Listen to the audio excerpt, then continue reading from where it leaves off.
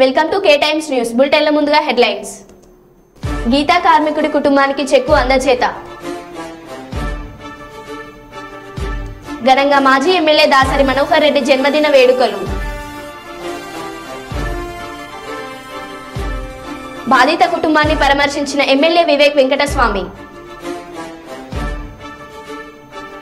గాంధారి మైసమ్మను దర్శించుకున్న చెన్నూరు ఎమ్మెల్యే వివేక్ వెంకటస్వామి. సముద్ర గర్భంలోకి వెళ్లి సాహసం చేసిన ప్రధాని మోదీ. ఇక వివరాల్లోకి వెళ్తే గుంటూరులోని మాజీ మంత్రి నక్క ఆనందబాబు క్యాంపు కార్యాలయంలో టీడీపీలో చేరిన అమృతలూరు మండలం బోడపాడు, ప్యాపర్రు, పేదపాడి గ్రామాల నుండి 30 కుటుంబాలకు సంబంధించిన వైసీపీ నేతలు, కార్యకర్తలు అమృతలూరు మండలం బోడపాడు, ప్యాపర్రు, పేదపూడి గ్రామాల తెలుగుదేశం పార్టీ ఆధ్వర్యంలో పనిచేయాలని నిశ్చయించుకుని వైసీపీ పార్టీ నుండి తెలుగుదేశం పార్టీలోకి వారితో పాటు దాదాపు 30 కుటుంబాలకు చెందిన వైసీపీ నేతలు, కార్యకర్తలు తెలుగుదేశం పార్టీలో చేరారు. టీడీపీలో చేరిన వైసీపీ కార్యకర్తలకు మాజీ మంత్రి నక్క ఆనందబాబు పార్టీ కండువాలు కప్పి పార్టీలోకి ఆహ్వానించారు. ఈ సందర్భంగా మాజీ మంత్రి నక్క ఆనందబాబు మాట్లాడుతూ ఐక్యంగా పనిచేసి రాబోయే రోజుల్లో ఎన్నికలలో తెలుగుదేశం పార్టీని విజయ తీరాలకు చేర్చే బాధ్యత ప్రతి ఒక్క కార్యకర్త తీసుకోవాలని అన్నారు.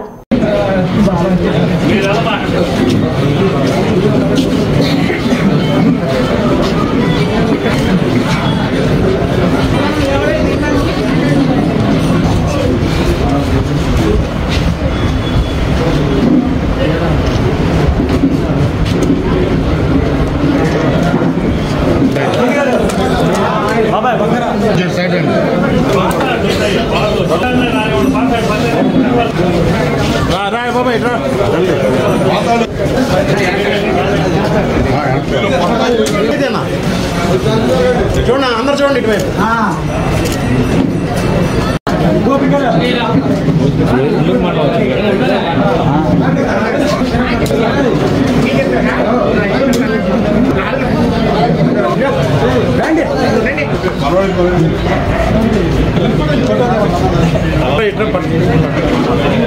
జనగామ జిల్లా పాలకుర్తి మండలం దద్దపల్లి గ్రామానికి చెందిన గిరగాని యాకయ్య గౌడ్ ఇటీవల ప్రమాదవశాత్తు తాటి చెట్టుపై నుండి కింద పడి మరణించగా బీసీ సంక్షేమ శాఖ మంత్రి పొన్నం ప్రభాకర్ గౌడ్, కల్లుగీత కార్పొరేషన్ చైర్మన్ అండ్ బీసీ సంక్షేమ శాఖ ప్రిన్సిపల్ సెక్రటరీ బుర్ర వెంకటేశం గౌడ్ ఐపీఎస్ సహకారంతో మంజూరైన 25,000 రూపాయల చెక్కును యాకయ్య సతీమణి వరలక్ష్మికి అందజేసిన గౌడజన హక్కుల పోరాట సమితి రాష్ట్ర ప్రధాన కార్యదర్శి మూల వెంకటేశ్వర్లు గౌడ్. ఈ సందర్భంగా వారు మాట్లాడుతూ భవిష్యత్తులో యాకయ్య కుటుంబానికి అన్ని విధాలుగా అండగా ఉంటామన్నారు.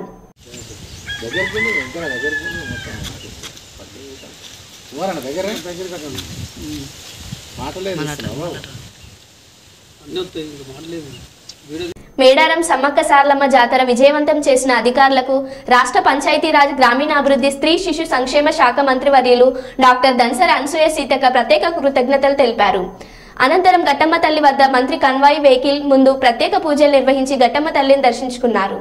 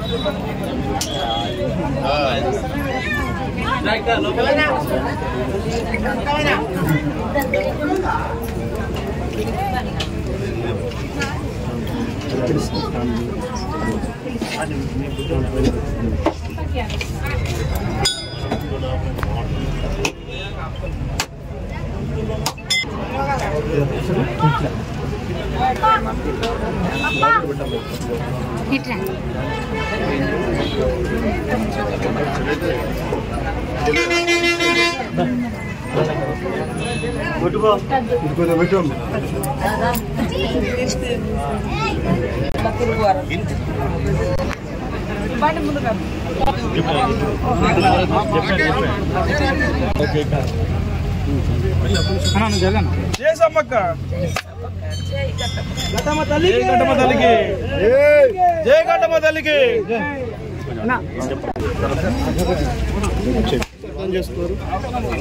పేరు పేరున నమస్కారాలు.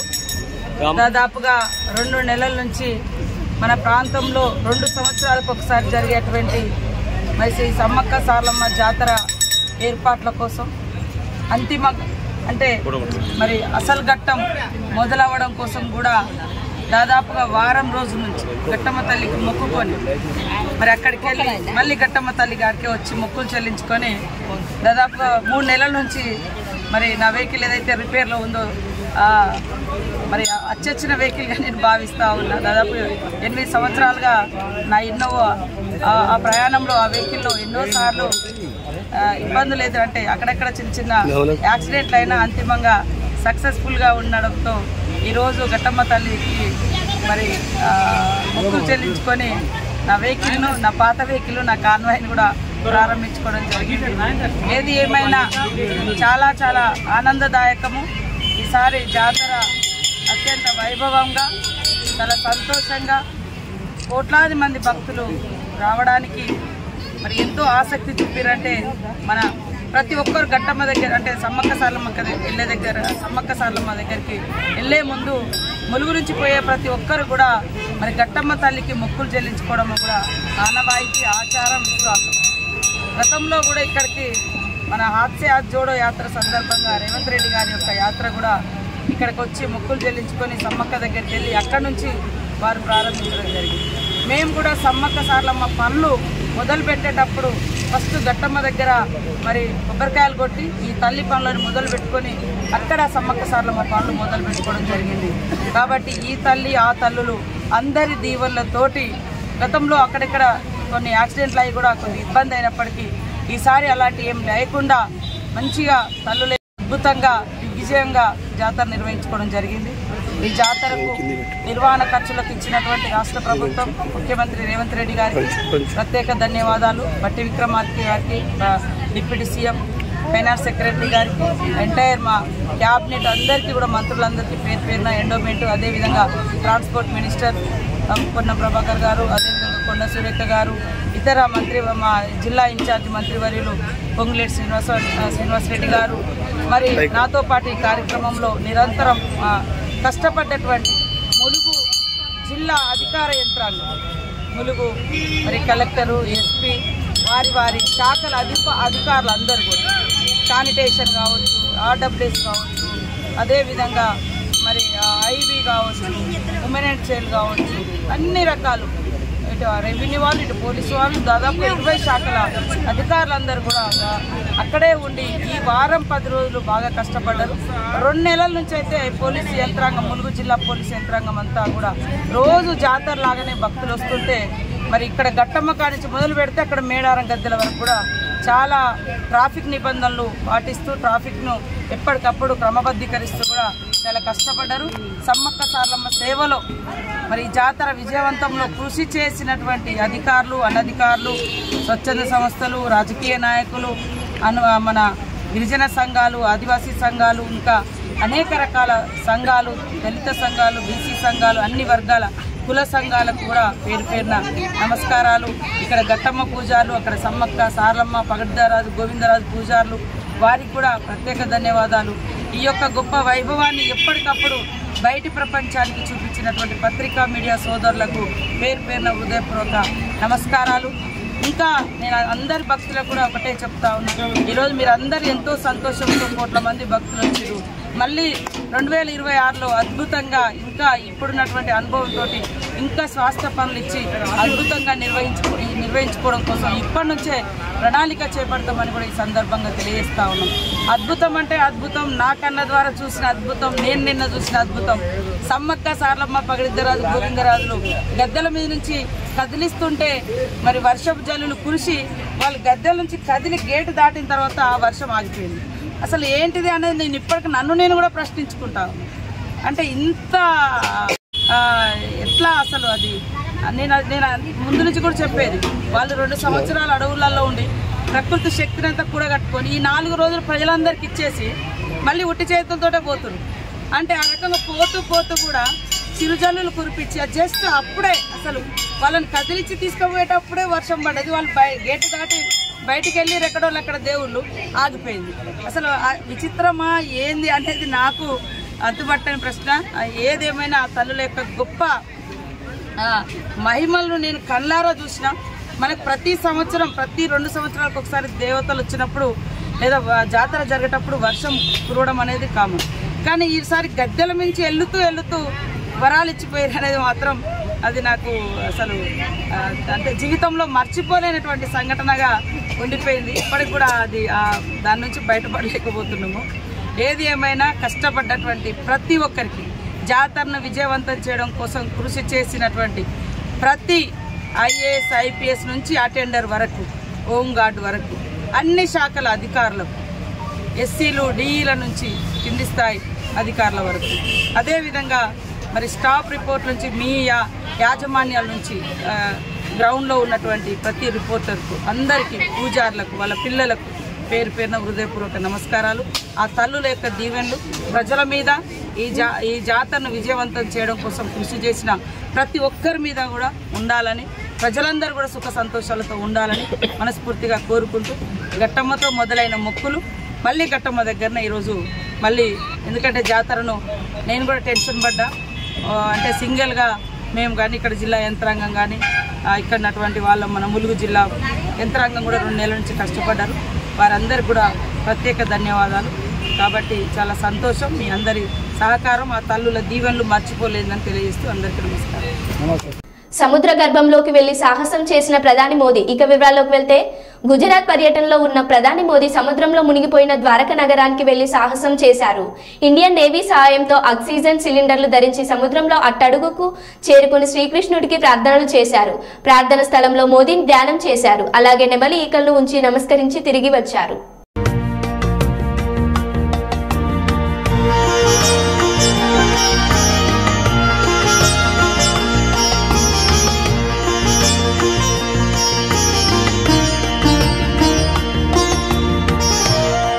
मैंने वो पल बिताए जो जीवन भर मेरे साथ रहने वाले। मैंने गहरे समुद्र के भीतर जाकर प्राचीन द्वारिका जी के दर्शन किए। आज जब मैं गहरे समुद्र के भीतर द्वारिका जी के दर्शन कर रहा था तो मैं पुरातन वही भव्यता, वही दिव्यता मनोमन अनुभव कर रहा था।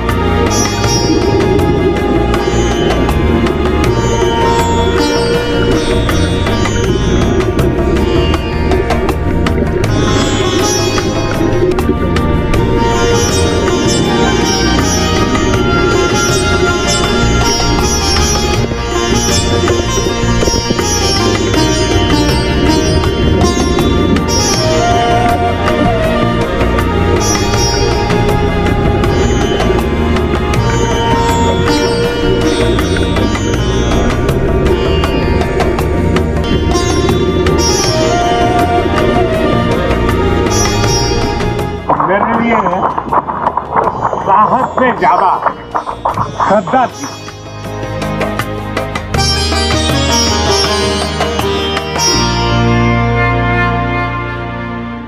మంచిర్యాల జిల్లా నిన్న రాత్రి జరిగిన రోడ్డు ప్రమాదంలో చెన్నూరు మండలం ఒత్కులపల్లి గ్రామానికి చెందిన దేవేందర్ పార్థివ దేహానికి నివాళులర్పించి కుటుంబ సభ్యులను పరామర్శించిన చెన్నూరు ఎమ్మెల్యే వివేక్ వెంకటస్వామి. కార్యక్రమంలో వివేక్ వెంకటస్వామితో పాటు చెన్నూరు మాజీ శాసనసభ్యులు నల్లాల ఓదేల్ తదితరులు పాల్గొన్నారు.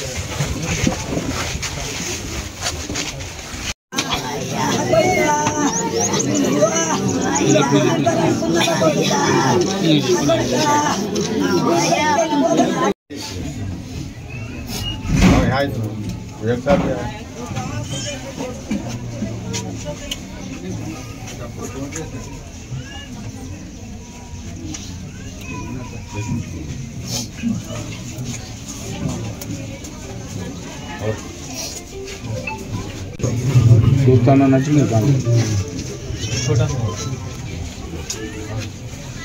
आप क्या करते हैं पहले रहते हैं मध्याह्न प्लस उसमें ಇಲ್ಲಿ ನಾನೇ ಇಲ್ಲಿ ನೋಡ್ಕೊತಾನೆ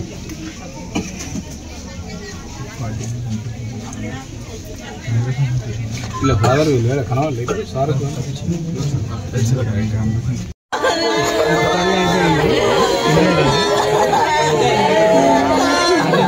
ಇಲ್ಲೇ ಆಗಿತ್ತು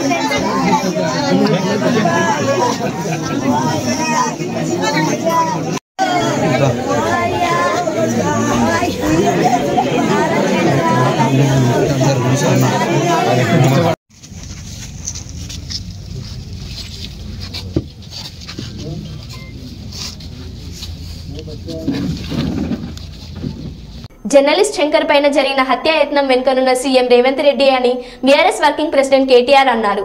కొడంగల్లో జరుగుతున్న రైతుల భూ కబ్జాలపైన నిజాలు వెల్లడించినందుకే శంకర్ పైన దాడి చేశారని అన్నారు. అలాగే భవిష్యత్తులో శంకర్ కి హాని జరిగితే పూర్తి బాధ్యత రేవంత్ రెడ్డి వహించాల్సి వస్తుందని అన్నారు.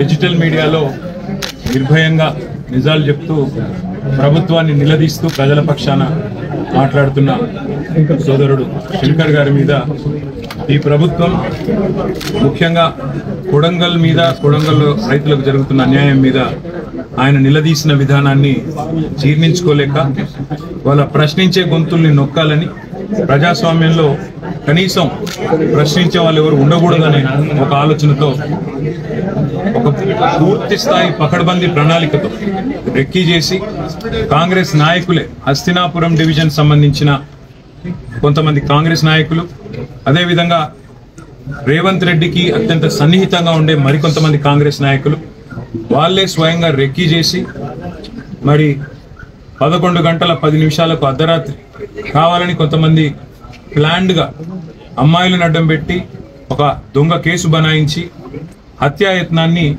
మరి శంకర్ గారి మీద చేయడం జరిగింది. దురదృష్టం ఏంటంటే మరి హత్యాయత్నం జరిగినప్పుడు ముందుండి కాపాడాల్సిన పోలీసులే ఈరోజు పూర్తి స్థాయిలో కేసు నిర్వీర్యం చేయడానికి 307 అనే సెక్షనే పెట్టకుండా ఇది హత్యాయత్నమే కాదని బుకాయిస్తూ ప్రభుత్వానికి తొత్తులుగా వత్తాసు పలుకుతూ ఇవాళ కేసు నిర్వీర్యం చేసే ప్రయత్నం చేస్తా ఉన్నారు.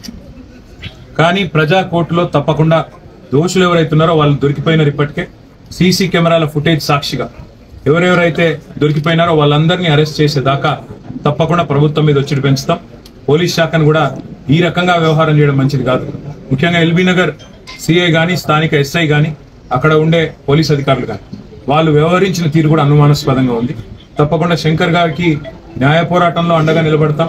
నిజం బయటికి వచ్చేదాకా ఆయన మీద చేసిన హత్యా ప్రయత్నం ఎవరు చేసినారో, సూత్రధారులు ఎవరు, పాత్రధారులు ఎవరు, వాళ్ళందరినీ కూడా న్యాయపరంగా వాళ్ళని శిక్షించేదాకా వదిలిపెట్టాం. ఒక్క శంకర్ను బెదిరిస్తాం, ఆయనను హత్యాయత్నం చేసి ఏదో అడ్డుకుంటాం, నోరు మూపిస్తాం, గొంతు నొక్కుతామంటే 100 మంది శంకర్లు తయారవుతారు. ఎందుకంటే ఇది డిజిటల్ మీడియా ప్రపంచం. ఇప్పుడు మేము కూడా ఇట్లాగే ఆలోచించుంటే, మేము కూడా ప్రభుత్వంలో 10 ఏళ్ళు ఉన్నప్పుడు ఇట్లాగే ఆనాడు కేసీఆర్ గారి మీద మరి ఎవరు మాట్లాడినా దాన్ని అణిచివేసే ప్రయత్నం, రాజ్య శక్తిని అడ్డం పెట్టుకొని చేసే ప్రయత్నమే చేస్తుంటే ఇలా చాలా మందికి వాయిస్ కూడా ఉండేది కాదు. కానీ ప్రజాస్వామ్యంలో అన్ని రకాల వాదనలకు అవకాశం ఉండాలి. అన్ని వాదనలు విన్న తర్వాత ప్రజలు తీర్పు ఇవ్వాలి. కాబట్టి ఆనాడు ఏనాడు కూడా మేము ఇట్లాంటి రాజ్యహింసను కానీ ఇట్లాంటి భౌతిక దాడులను కానీ మేము ప్రోత్సహించలేదు. జరిగితే కూడా వాటిని వెంటనే నివారించే ప్రయత్నం చేసినాం. ఎక్కడైనా తప్పు జరిగితే కూడా దాన్ని తప్పకుండా ఖండించి దాంతో పాటు అక్కడెక్కడన్నా అన్యాయం జరిగితే కూడా అన్యాయం జరిగిన వారి తరఫున మాట్లాడి ఇవాళ నేను ప్రభుత్వాన్ని డిమాండ్ చేసేది, ముఖ్యంగా ముఖ్యమంత్రి రేవంత్ రెడ్డి గారికి చెప్పేది, శంకర్ కు మళ్ళీ ఒకసారి చీమ గుట్టిన బాధ్యత రేవంత్ రెడ్డిదే అవుతుంది. శంకర్ మీద మళ్ళీ ఎక్కడన్నా చిన్న ఘాటుబడ్డా ఖచ్చితంగా రేవంత్ రెడ్డి తెలంగాణ ప్రజల ముందు దోషిగా నిలబడక తప్పదు. ఎందుకంటే ఇవాళ ఆయన మనుషులే, ఆయనకు అత్యంత సన్నిహితులైన మనుషులే రెక్కీలో పాల్గొన్నారు.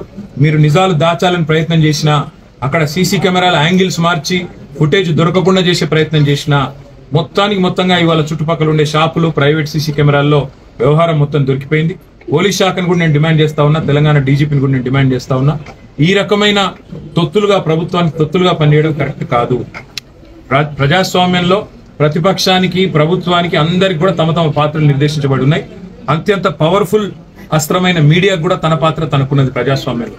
అట్లాంటి మీడియాలో పనిచేస్తున్న ఒక జర్నలిస్ట్ సోదరుడికి ఈ రకంగా వారి మీద భౌతిక దాడులు, హత్యాయత్నం జరగడం అనేది తప్పకుండా జర్నలిస్ట్ సంఘాలకు కూడా నేను విజ్ఞప్తి చేస్తా ఉన్నా. ఇదివరకు చాలా మాట్లాడినారు మీరు. ఇదివరకు చాలా ఏదో నియంత పాలన అది ఇదని చెప్పి అన్నాడు మాట్లాడి మాకు గుర్తు. మరి ఇవాళ మీ సాటి జర్నలిస్టు మీద హత్యాయత్నం జరిగితే కూడా ఇంతవరకు ఏ జర్నలిస్ట్ సంఘం కూడా ఇప్పటికి బయటకు వచ్చి ఖండించిన పరిస్థితి లేదు. ఏ జర్నలిస్ట్ అసోసియేషన్ కూడా ఇప్పటిదాకా బయటకు వచ్చి మాట్లాడిన దాఖలాలు లేవు. జర్నలిస్ట్ మిత్రులు కూడా నేను కోరుతా ఉన్నా, ఇవాళ శంకర్ మీద జరిగింది రేపు మీ మీద జరగవచ్చు. మీరు ఒకవేళ ప్రభుత్వాన్ని ప్రశ్నిస్తే మీ గొంతు నొక్కడానికి, మిమ్మల్ని ఇవాళ పూర్తి స్థాయిలో అణిచివేయడానికి జరుగుతున్న ఈ ప్రయత్నంలో మీరు నోరు విప్పకపోతే, మీరు గొంతు పెగిల్చకపోతే రేపు ఈ ప్రమాదం మీకు కూడా వస్తుందనే మాట గుర్తు చేస్తూ రేవంత్ రెడ్డి గారికి మళ్ళీ నేను చెప్తా ఉన్నా, శంకర్కి మళ్ళొక్కసారి ఏం జరిగినా, చీమగుట్టినా, ఘాటుబడ్డా మీదే బాధ్యత అవుతుంది. ముఖ్యంగా రేవంత్ రెడ్డిదే వ్యక్తిగతమైన బాధ్యత అవుతుంది. ఇవాళ ప్రజాస్వామ్యంలో ప్రశ్నించే గొంతుని ఎవరు నొక్కే ప్రయత్నం చేసినా తప్పకుండా వారికి మేము అండగా ఉంటాం. అదే మాదిరిగా న్యాయ వ్యవస్థలో కూడా న్యాయపరంగా కూడా జరగాల్సిన పోరాటం జరగాల్సిందే.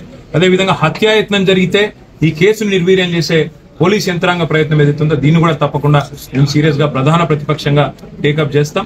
ఇవాళ ఇంకా ఇప్పుడే చెప్తా ఉన్నారు, శంకర్ గారు తల్లి గారు కూడా చెప్తా ఉన్నారు, బెదిరింపు కాల్స్ వస్తున్నాయని చెప్తున్నారు, బెదిరింపు మెసేజ్లు వస్తున్నాయని చెప్తున్నారు. ఇవన్నింటి విషయంలో నేను పోలీస్ శాఖను కూడా కోరుతా ఉన్నా. మరి ఒక నిర్భీతిగా కొట్లాడుతున్న ఒక జర్నలిస్ట్ కు రక్షణ కల్పించాల్సిన బాధ్యత మీ మీద ఉంది. మీకు చేత కాదు, మేము ఇవ్వలేము అంటే ప్రైవేట్ ప్రొటెక్షన్ కూడా తప్పకుండా ఏర్పాటు చేసుకునే సత్తా మాకుంది. కానీ ఈ రకంగా మీరు ప్రభుత్వానికి తొత్తులుగా మారి పూర్తి స్థాయిలో ప్రభుత్వానికి వాళ్ళ అడుగులకు మడుగులొత్తే విధంగా వ్యవహారం చేయడం మాత్రం పోలీసులకు మంచిది కాదనే మాట కూడా చెబుతూ, న్యాయ పోరాటము తప్పదు, ప్రజాకోర్టులో కూడా పోరాటం తప్పదు. కానీ ఏది జరిగినా శంకర్ కు, ఆ కుటుంబానికి తప్పకుండా రేవంత్ రెడ్డి వ్యక్తిగతంగా బాధ్యత వహించాల్సిన పరిస్థితి వస్తుందనే మాట మళ్ళొకసారి ముఖ్యమంత్రికి చెప్తూ, ఇలాంటి పిచ్చి పనులు మానుకోవాలని చెప్పి కూడా వారికి హెచ్చరిస్తూ, మళ్ళీ ఒకసారి సంఘీభావం చెప్పిన జర్నలిస్టులకు ధన్యవాదాలు. చెప్పని వాళ్ళు దయచేసి కనైనా గొంతు విప్పాలని చెప్పి కూడా నేను కోరుతాం. గోదావరి కనిలో 4 రోజులుగా సాగిన సమ్మక్క సారలమ్మ జాతర శనివారం ముగిసిన సందర్భంగా కోయ పూజారులు పూజలు చేసి ఘనంగా సమ్మక్క సారలమ్మ దేవతలను వేల మంది భక్తుల మధ్య అంగరంగ వైభవంగా వనప్రవేశం చేయడం జరిగింది. ఈ సందర్భంగా జాతర కమిటీ చైర్మన్ మాట్లాడుతూ సమ్మక్క సారలమ్మ జాతర అందరి సహకారంతో ఘనంగా జరిగిందని, దీనికి సహకరించిన వారందరికీ కృతజ్ఞతలు తెలియజేశారు. ముఖ్యంగా స్థానిక ఎమ్మెల్యే రాజ్ ఠాకూర్ చొరవతో జాతర అత్యంత అద్భుతంగా సాగిందని, ఈ జాతరలో పాల్గొని అమ్మవార్ల దర్శనం చేసుకున్న లక్షల మంది భక్తులకు అమ్మవారి కృపా కటాక్షాలు చెందాలని అమ్మవార్లను కోరినారన్నారు.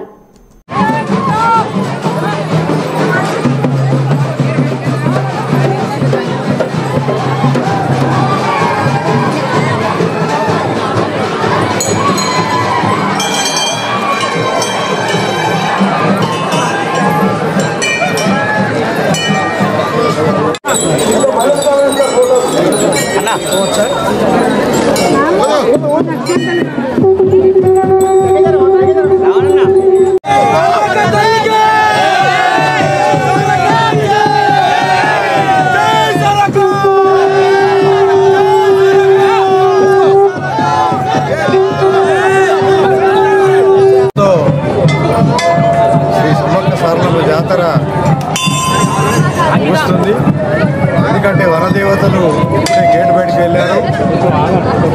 అత్యంత వైభవంగా జాతర జరుపుకొని భక్తులందరూ సంతోషంగా వెళ్ళాలని భావిస్తున్నాం.